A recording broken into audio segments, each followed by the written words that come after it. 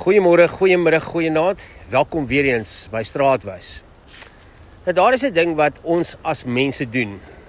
Elke liewe dag en elke oomblik en elke situasie lees ons mense en die wêreld rondom ons. Maar dis eintlik maar 'n oermenslike ding wat ons het. Lank nog voor slimfone en voor Facebook, voor WhatsApp, het jou voorouers elke paar sekondes die horison gescan, die bosse gescan, nie vir 'n boodskap nie, maar vir gevaar, vir 'n leeu. Jou brein was gebou om gevaar raak te sien. 'n Ritsel in die gras kon jou lewe gekos het. So jy het geleer om tekens te lees. Jy kyk na voetspore en geluide en beweging. En toe kom ons in aanraking met ander mense en oor eeue heen het ons dieselfde vaardighede begin gebruik om mense te lees. Gesigsuitdrukking, liggaamstaal, stemtoon. Maar vandag doen ons nog steeds dieselfde. Ons leeu's lyk net anders. Jy stuur dalk 'n boodskap vir iemand en niemand antwoord jou nie. En skielik begin jou brein werk en sê, maar hoekom antwoord sy my nie? Hoekom lyk sy profiel op Facebook so? Probeer hierdie persoon dalk iets wegsteek of 'n game met my speel? Hoekom klink hierdie ou anders as gewoonlik? Hou sy dalk nie van my nie?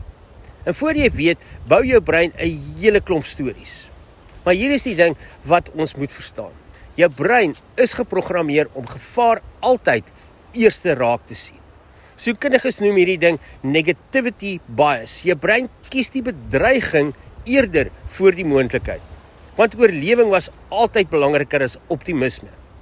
Jy dink nie in jouself, man, sy is dalk net besig, of hy sit dalk in 'n vergadering op hierdie stadium, of haar foon is dalk pap, of sy hardloop dalk net agter die kinders aan. Daardie tipe denke praat van 'n nuwer brein, die deel wat kan redeneer en reflekteer en perspektief kry en gee. Dis die deel van ons wat ons onderskei van diere.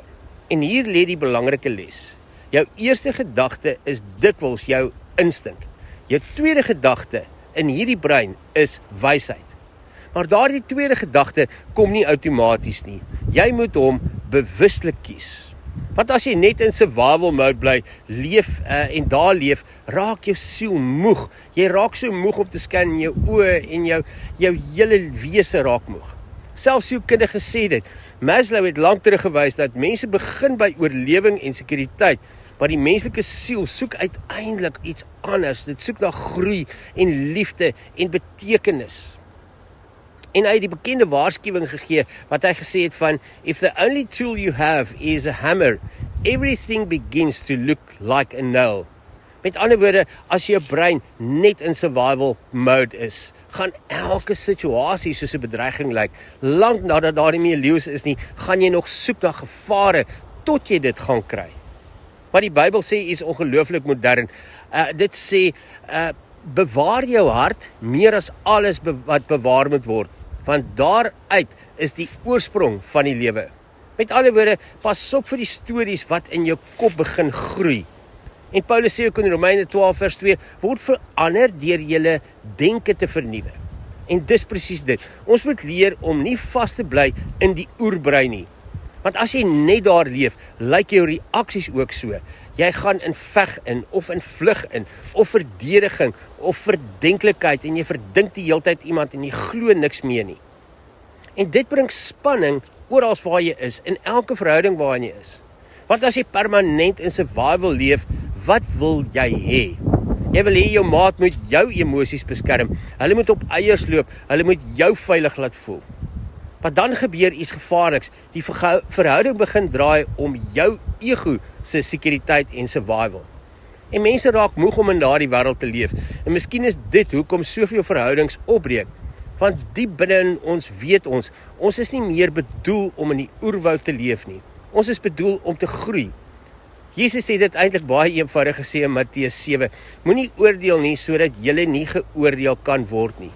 Dit beteken nie jy moet naïef wees nie. Dit beteken moenie te vinnig stories opmaak nie. Moenie assumptions maak nie. Moderne spiritualiteit sê iets soortgelyk wat sê bewustheid bring vryheid. Wanneer jy bewus raak van jou eie denke, begin jy keuses hê. En dan gebeur iets moois. Jy begin ruimte maak vir ander mense om ook net mens te wees.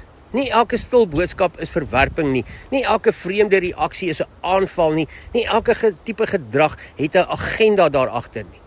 En skielik verander jou lewe en jou verhoudings, want waar daar vryheid is, kan liefde begin asemhaal.